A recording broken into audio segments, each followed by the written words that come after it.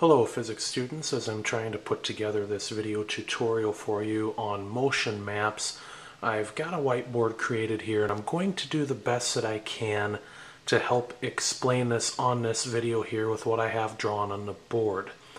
Now, let's start with the arrow sizes.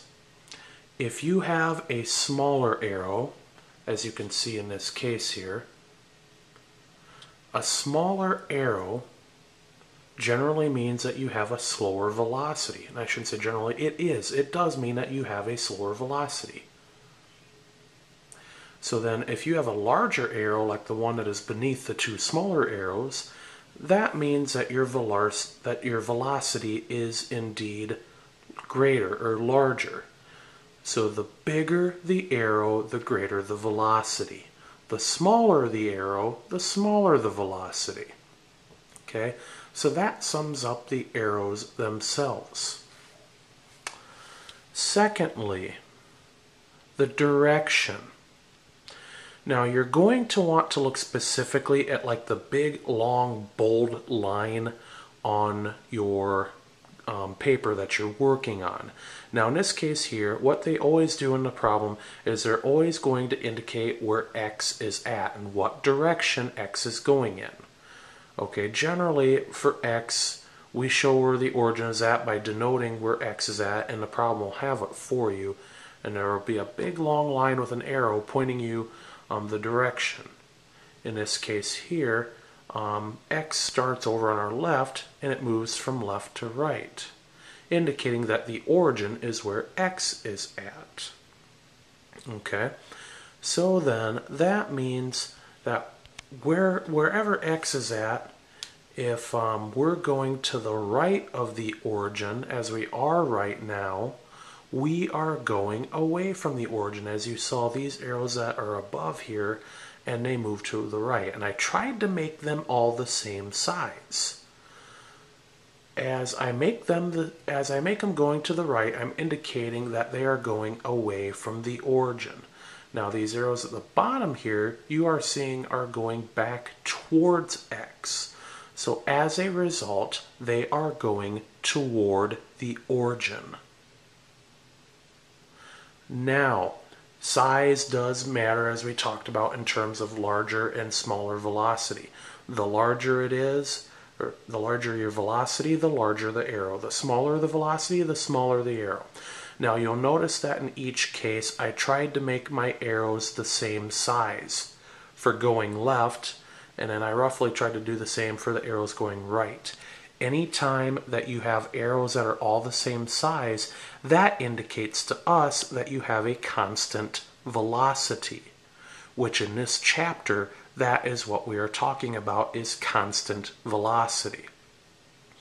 If you want to show non-constant velocity, if you want to show velocity that's like either getting faster or getting smaller, which we'll talk about actually probably in some of the next chapter, you'll want to show your arrows getting bigger if you were continuing to go faster, or getting smaller if you were starting to slow down. But for this chapter, you only have to worry about constant arrows because you're going to have a constant velocity. Now, if you change velocity to something else, then you would want to change the size of your arrow, because as we said before, if you've got a smaller arrow, you have slower velocity. If you have a larger arrow, you have a greater velocity. So that is the main thing to keep in mind there. Again, so the arrows that are smaller, slower velocity. If they're greater, greater velocity. If they're going to the right of X, they are going away from the origin. If they're going back towards X, as these are here to the left, they are going toward the origin. Now you'll notice that each of these arrows I put a dot when I started them. The reason they have dots is because each dot represents 1 second of time. Okay, so in this top one here, I'm representing 1, 2, 3, 4 seconds worth of time. In the bottom one here, I did the same thing. I'm representing 4 seconds worth of time. So each dot represents a second worth of time. So a dot represents 1 second worth of time.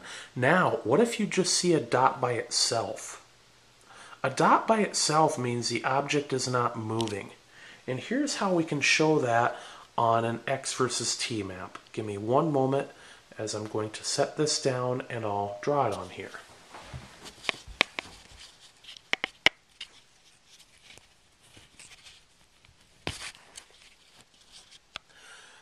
Now let's say my object just stopped right at this point here. And it stayed there. It just completely stayed there. It stopped moving. Well, then I draw a dot there to show that it's not moving. And instead of showing the dots, moving to the left or the right, because moving the dots to the left or the right are indicating that the object is changing position. But obviously we're not changing position. So here's what you do. You just draw dots above it. There. I represented with those dots going up 1, 2, 3, 4, 5 seconds where the object was stopped. So by drawing dots and moving upward, I'm showing that time, obviously time continues to happen, but my object is staying in the same position because it's not moving to the left, which would be toward the origin, and it's not moving to the right, where it would be going away from the origin. My dots are just simply staying in the same spot, but yet time continues to go on. And again, each dot represents 1 second worth of time. And as a general rule, again, dealing with direction of those arrows, right is going away from the origin. Left is going toward the origin. Okay, so just a quick recap then. Smaller arrows means you have a slower velocity. Larger arrows mean you have a greater velocity. Narrow my arrows. Small arrows, small velocity. Larger arrows, larger velocity. If your arrows are going to the right, they are going away from the origin. If my arrows are going to the left, they are going toward the origin. And each one should start with a dot. A dot represents 1 second of time. And if I'm just showing that my object is stopped, each second that it's stopped, I've got to put in a dot, and I have them going up. Obviously, for each second that passes that it's stopped, you just build them up.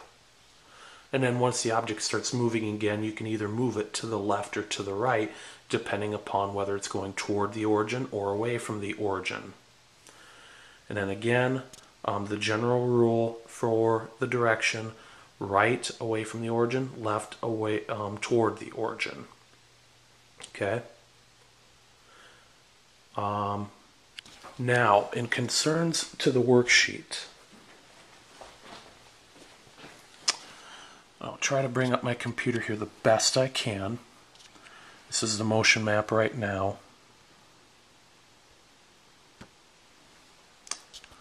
You see right here, Unit 2 Worksheet 4. And you see those arrows. Now, what do you notice about those arrows? Are they the same size or are they different? It would indicate to me that the arrows are all the same size, constant velocity. Now, they are going to the right. Since they're going to the right, that means, as we noticed earlier, right means you're going away from the origin. These arrows are going away from the origin. So the question here asks, from the motion map, answer the following. What can you conclude about the motion of the object?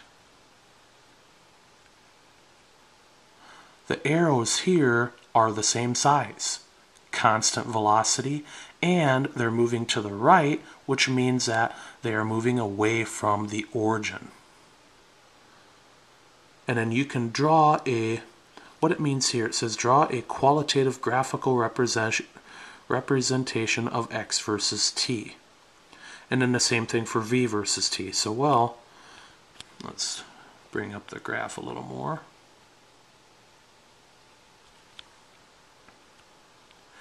As you have the graphs here, the x versus t graph, that just means since you have a constant velocity, you're going to have to draw a graph that is showing constant slope. It does not matter the number on it. Okay, just simply draw a line with a constant slope. Same thing here. And remember from what we talked about before in terms of positive velocity and negative velocity. Remember which velocity is towards the origin, positive or negative, and which velocity is away from the origin, positive or negative. That's for you to have to look up and determine. Okay, and remember our arrows were going to there. Here, scroll back up again. Our arrows were going to the right, which means that it is going away from the origin. So you're going to have to draw in both your x versus t graph and your y versus t graph that it is a constant velocity going away from the origin.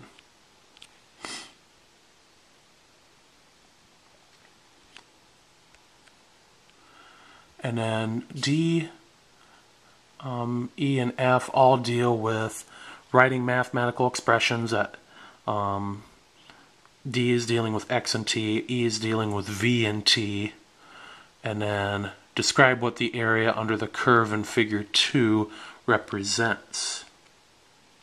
Okay, and just simply crosshatch the area. So be thinking about what's going on in figure 2 there in terms of, okay, if I'm shading in my area, what is that representing? And I'll give you a hint on this. I'll give you a hint. Take a look at the x versus t graph that you've drawn. See what you can figure out for how that compares to your x versus t graph.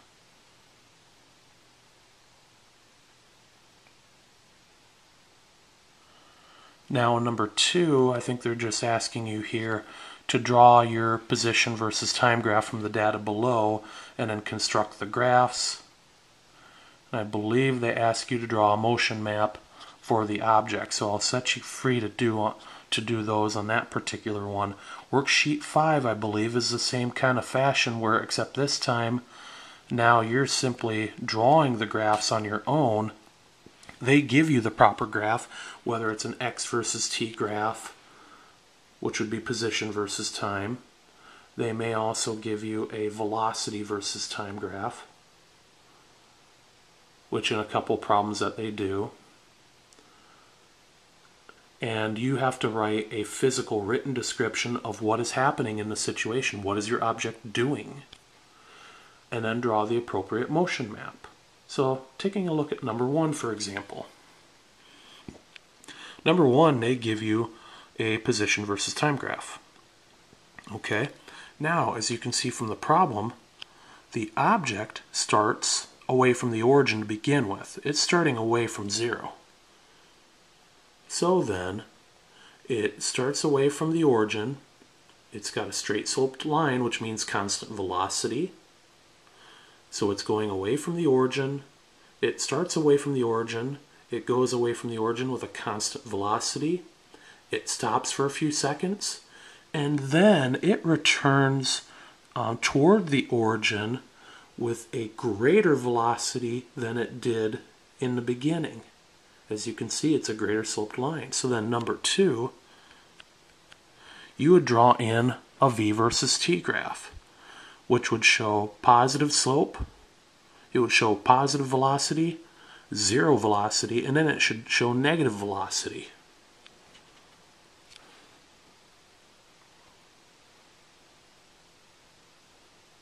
So then the written description.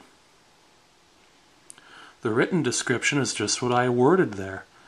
Talking about you started away from the origin, you went at a velocity, a positive velocity away from the origin for a few seconds, you stopped for a few seconds, and then you returned towards the origin with a greater velocity than you did before. So then the motion map, you're going away from the origin, so that means you'd want to start out with arrows going to the right, but I'd make them smaller, and then you'd in the middle have dots going upward because they would stop. And then at the end you'd have arrows, larger arrows going to the left. But a word to the wise. You want to make sure that your arrows going to the left surpass the ones that were going to the right from where it originally started. Because if you notice, if you go back to number 1, you'll notice where X ends at compared to where it finishes, or where it starts. X ends here, but it starts up here. So you're going to want to show in your motion map that your arrow actually gets beyond where you started it at in your motion map to show that you've gone beyond that starting point. Okay? Now, this is my video. It's going to go on YouTube. Hopefully you'll be able to watch it tomorrow. Please let me know if you have any further questions with your assignments, and I'll be happy to answer them this way via video that I'll post on YouTube for you to watch. Thank you for your patience, everyone. I do appreciate your time. Everything's going well with the baby, and just I appreciate all the kind words everyone has given me, and just all the emails asking questions and stuff. So keep them coming. I'll do the best I can to answer them, and we'll continue to go from there. This is Mr. Null signing off.